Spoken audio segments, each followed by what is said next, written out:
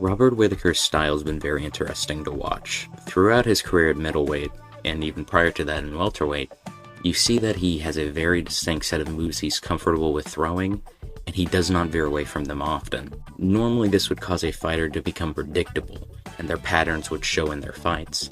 However, Whittaker, despite this, has shown time and time again to be one of the highest level competitors in the UFC's middleweight division, being considered the only real threat to Israel Adesanya prior to the arrival of Alex Pereira. Whittaker originally started off in welterweight, and although he was a moderate talent, he is not the championship fighter he is in middleweight. And the real question is, why is that?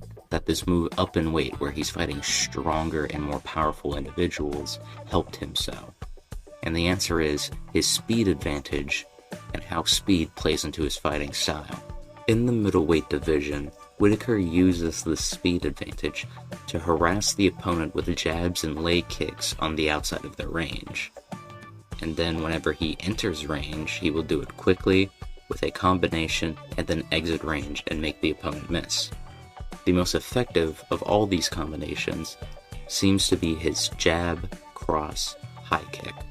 Whittaker's ability to consistently land this combination comes from his manipulation and recognition of his opponent's defensive habits.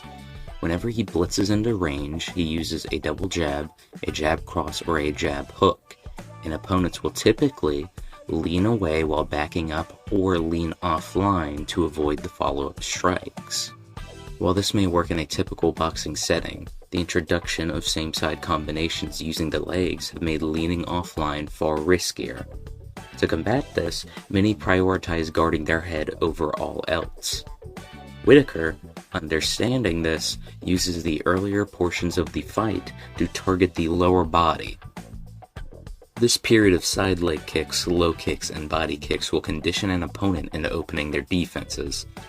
Their guarding priority will change to the legs and body while they begin to lean and back away from punching exchanges, since Whittaker isn't attacking the head once they leave the boxing range.